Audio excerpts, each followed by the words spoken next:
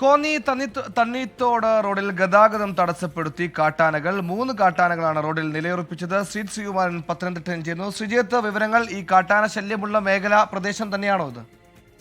തീർച്ചയായും തണ്ണിത്തോട് മേഖലയിൽ ദിലീപ് കുമാർ എന്ന മധ്യവയസ്കൻ 55 വയസ്സുകാരനെ കഴിഞ്ഞ ദിവസമാണ് കാട്ടാന കാട്ടിനുള്ളിൽ വെച്ച് മീൻ പിടിക്കാൻ പോയ സമയത്ത് കല്ലാറിൽ വെച്ച് ചവിട്ടിക്കൊന്നത്.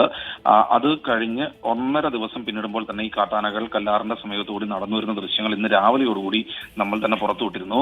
അതിന് സമാനമായ രീതിയിൽ തന്നെയാണ് ഇന്ന് വൈകുന്നേരത്തോടുകൂടി 3 കാട്ടാനകൾ, അത് 3 കാട്ടാനകളാണെന്നാണ് വനപാലകരും നാട്ടുകാരും പറയുന്നത്.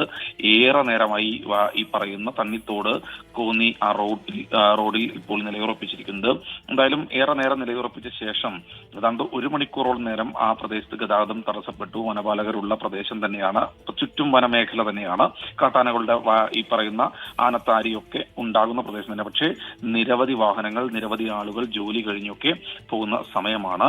ഏറെ നേരമാണ് ഗതാഗതം തടസ്സപ്പെട്ടത്. കാട്ടാനകൾ കല്ലാറിൽ നിന്ന് വെള്ളം കുടിച്ച ശേഷം പിന്നീട് വന്ന് ഈ പറയുന്ന റോഡിൽ നിൽക്കുകയായിരുന്നു. എന്തായാലും 1.5 മണിക്കൂറിന് ശേഷമാണ് കാട്ടാനകൾ ഇപ്പോൾ കയറിപ്പോയിരിക്കുന്നത്. സമാനമായ രീതിയിൽ ആനത്താരിയാണ്, ആനകൾ കടന്നു വരുന്ന വഴിയാണ് എന്ന ബോർഡൊക്കെ ഈ സ്ഥാപിച്ചിട്ടുണ്ട്. രാത്രികാല യാത്രകൾ ഒഴിവാക്കണമെന്ന ആവശ്യം വനംവകുപ്പ് ഉന്നയിക്കുന്നുണ്ട്. പക്ഷേ ഇത്തരത്തിൽ ആളുകൾക്ക് പോകാതിരിക്കാൻ കഴിയില്ല. എന്തായാലും 1.5 മണിക്കൂറിന് ശേഷം കാട്ടാനകൾ കയറിപ്പോയിരിക്കുന്നു. ഇപ്പോൾ കാര്യമായ പ്രശ്നങ്ങളില്ല. വനംവകുപ്പിന്റെ ഒരു സാന്നിധ്യം ഈ മേഖലയിൽ തുടരുന്നുമുണ്ട്. സുഹൈൽ, ശരി, കാട്ടാന ശല്യത്തിൽ ഒന്നും കാട്ടാനാകാതെ പകച്ചു നിൽക്കുകയാണ് ജനങ്ങൾ. ശ്രീജിത്ത് ശ്രീകുമാരനാണ് പത്തനംതിട്ടയിൽ നിന്ന് വാർത്തയുടെ വിശദാംശങ്ങൾ നൽകിയത്.